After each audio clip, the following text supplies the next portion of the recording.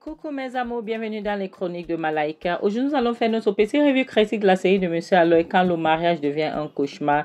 Épisode 46, partie 1. Ça commence avec Jonathan qui est tellement content. Il dit, oh mon Dieu, attends, Clara, ce n'est pas possible. Donc, Clara, tu as vraiment fait ça pour moi. Oh mon Dieu, ce n'est pas vrai. Il dit, Clara, donc tu as fait ça pour moi. Tu m'as donné autant d'argent, 50 000, c'est beaucoup. Seigneur. Donc, tu as mis ça dans ma veste.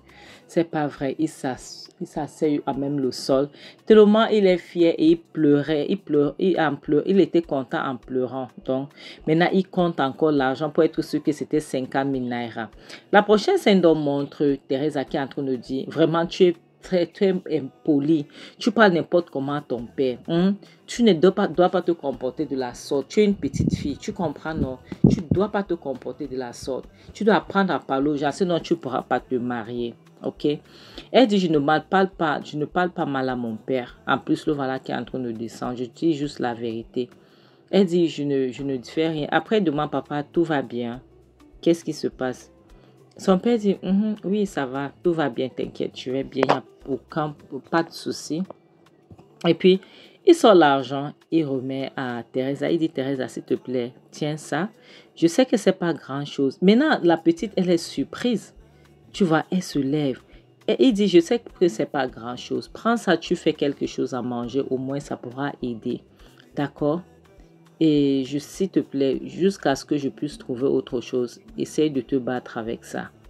Et puis, Benita demande, papa, je ne t'ai pas vu sortir de cette maison. Et je sais que tu n'as pas d'argent. D'où viens-tu avec cet argent? Tu n'étais pas, je ne sais pas, tu étais dans la chambre depuis là.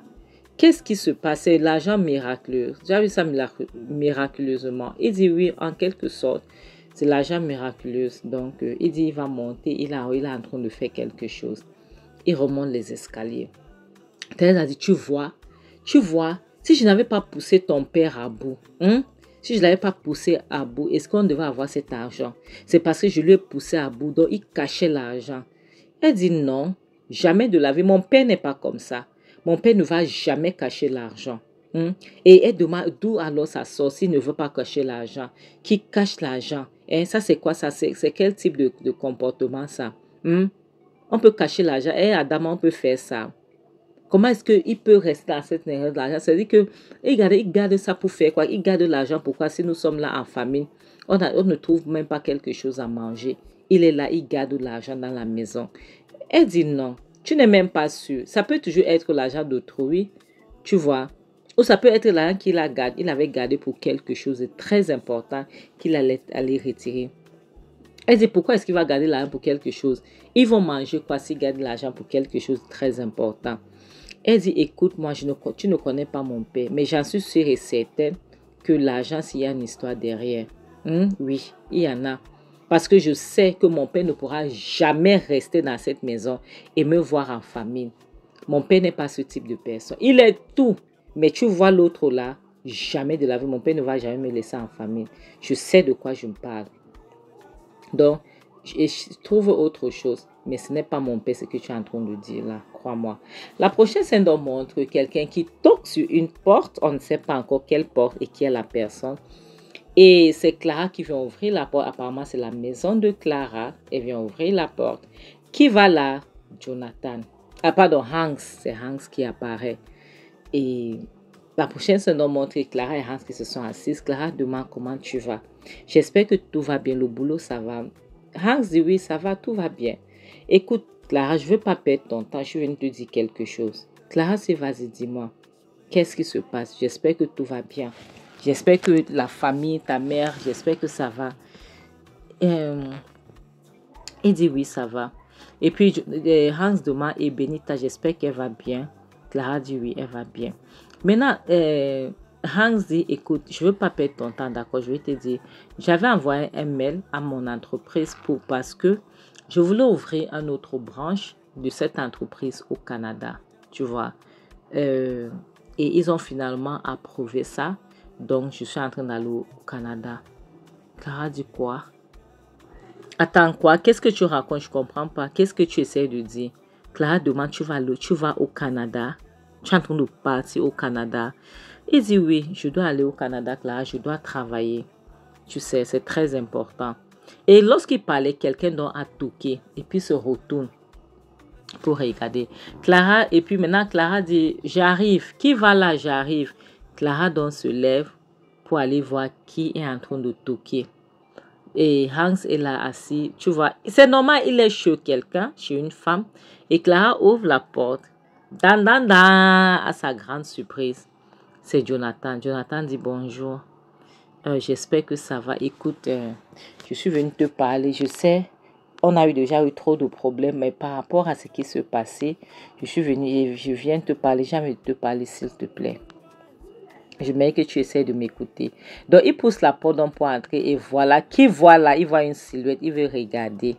C'est Hans. Hans dit, vas-y, continue à parler. Dis-lui ce que tu essayais de dire. Fais comme si je n'étais pas là. Fais comme si je n'écoutais pas. Il dit non, pas besoin. Il pousse, il bouscule Clara. Il dit pas besoin de parler. Tu vois, pas besoin. Qu'est-ce que tu fais là? Qu'est-ce que tu fous là? Je ne comprends pas. Pourquoi est-ce que tu es là? Hein? Il dit, ah, donc Clara, je croyais que tu avais changé, mais je vois que tu n'as pas changé. Clara demande, je ne comprends pas, changer par rapport à quoi? Qu'est-ce que tu essayes de dire? Hans dit, vas-y, qu'est-ce que tu essaies de dire? Changer sur quoi? Tu essayes de dire quoi? Il dit, Clara, t'inquiète, je n'ai plus besoin de dire quoi que ce soit, mais je vois que tu as toujours continué dans ton waka que tu avais l'habitude de faire. Oui, dès que Hans entend ça, Hans sait que les choses vont changer, il se lève. Il dit, je sais, tu n'as pas besoin, qu'est-ce que tu te lèves pour faire? Tu n'as pas besoin de faire quoi que ce soit. Je sais, nous tous on sait que c'est une waka. Moi, je l'ai trouvée dans le waka. Donc, j'ai cru qu'elle pouvait changer, mais je me rends compte que elle ne peut pas changer. Son cas est grave. Clara, ton cas est délicat. Ce n'est pas possible, tu ne peux pas changer. Clara demande, attends, moi, tu me traites de waka. Hein? Tu me traites de waka quand Clara lui donne une baffe. Bang! Beta one. Et Clara demande, attends, pour qui est-ce que tu te prends? Tu penses que tu peux arriver chez moi et tu m'insultes n'importe comment? Il arrête Clara alors pour battre sur Clara. Il commence à appuyer. Donc, maintenant, le voilà Hans alors qui vient derrière. Hans lui donne un coup de poing sur l'œil. Hans lui a gommé l'œil. Il est tombé au sol. Il a arrêté son œil. Il est tombé au sol.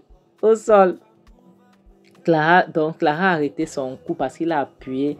Après, il crie mon œil, mon œil, mon œil, oh, mon œil. Ici, il y a un truc, vous avez compris que les gens qui aiment bagarrer avec les femmes ne sont pas forts. Ils se lèvent alors, il peut arrêter Hans, donc il commence à bagarrer. Hans lui donnait des coups de poing correctement et bien, tu vois. Ils bagarrent, ils étaient en train de bagarrer là. Après, la prochaine scène montre que Jonathan qui a fini de bagarrer avec Hans, maintenant il doit rentrer chez lui. Il prend son téléphone, il lance l'appel, il appelle Emeka. Il demande Emeka, demain tu m'avais parlé de saboter Clara. Comment est-ce qu'on peut faire? Je suis prête à le faire. Je suis à l'écoute. Dis-moi ce qu'il faut et comment est-ce qu'il faut faire. Parce que je mets qu'on commence tout de suite là. Ok? Je veux savoir. Maintenant, Emeka lui dit au téléphone ce qu'il doit faire. Mais je n'écoutais pas. Donc, il dit ok, ok. Après, maintenant, il raccroche. Hey! Si quelqu'un franchit cette ligne-là, c'est fini. Après, il dit, Clara, je vais te faire perdre pour tout ce que tu m'as déjà fait. Tu vois ce que tu t'es passé aujourd'hui là, que ton amant m'a gommé l'œil, que je t'ai attrapé avec ton amant. Tu vas voir ce qu'il va te faire. Tu vas payer.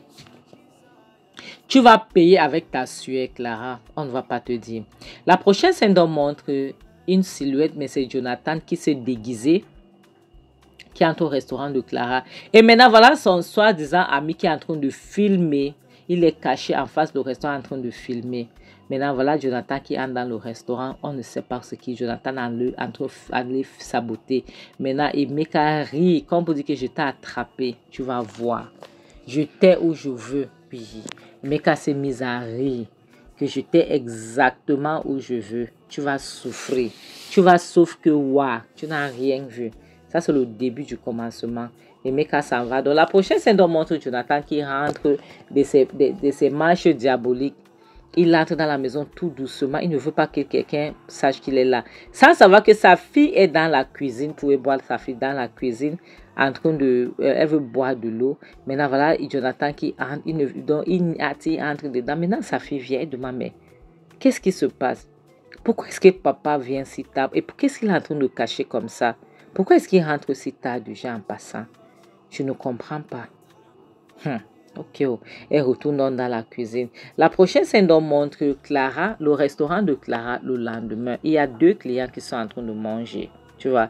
Et Clara vient les servir de l'eau à boire, tu vois. Elle vient finir son service, en fait. Maintenant, il y a l'autre qui commence à dire qu'il a mal au ventre, il a mal à la poitrine. Que Clara lui donne de l'eau. Clara ouvre vite son eau. L'autre alors commence aussi à avoir les mêmes sensations. Il ouvre son eau, il commence à boire vite, rapidement. Voilà l'autre là qui arrête sa poitrine. Il commence à tousser. Il tousse le S-A-N-G. Il commence à tousser ça. Et pareil pour l'autre deuxième client. Il commence à tousser le S-A-N-G. Maintenant, c'est partout dans ça. Les deux maintenant à la fois. Clara est en train de paniquer. C'est un être humain. Elle panique. Maintenant, elle voit comment les gars sont en train de tomber comme les mouches. Voilà, elle-même, elle n'a pas pu supporter. Comme elle voit l'autre s'est évanoui, l'autre s'est évanoui. Donc, les deux sont évanouis. Elle-même, elle est tombée en syncope. Parce qu'elle ne pouvait plus supporter. Elle est tombée en syncope une fois. Un temps de mouvement.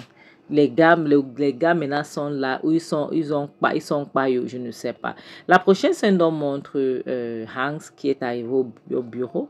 À peine il veut s'asseoir, son téléphone sonne.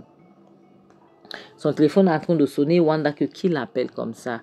Il regarde, il demande Clara. Pourquoi est-ce que Clara va m'appeler à pareille heure? Est-ce qu'elle est censée être au restaurant? Pourquoi est-ce qu'elle m'appelle? J'espère que tout va bien. Il dit, ok, il faut que je décroche. Il décroche donc. Clara lui dit qu'elle est finie.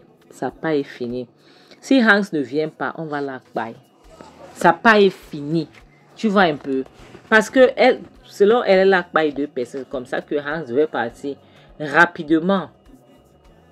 Maintenant, la prochaine scène montre Jonathan qui a pris le Uber quelque part. Maintenant, il s'est arrêté à mi-chemin. D'habitude, il paye 2000. Maintenant, le Uber lui demande 3000. Mais il oublie que ça change. Tu vois, ça change par rapport à l'heure, le temps.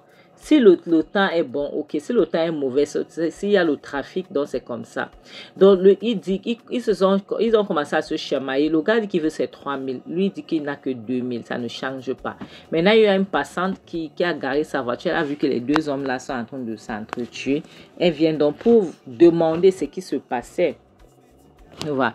Les deux étaient en train de bagarrer. Elle essaie de les calmer parce que, oui, un être humain, lorsque tu vois tes frères et soeurs, tu dois t'arrêter, c'est normal, mais avec le temps, c'est difficile.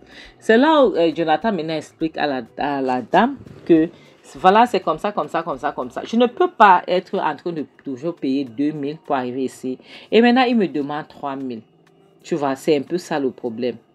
La dame était choquée pour dire que c'est à cause de 1000 francs qu'ils sont en train de bagarrer. La femme demande donc 3000. Donc, c'est à cause de 1000 francs. Elle dit, attendez, j'arrive, je reviens. S'il vous plaît, ne bagarrez plus. Attendez-moi, je reviens.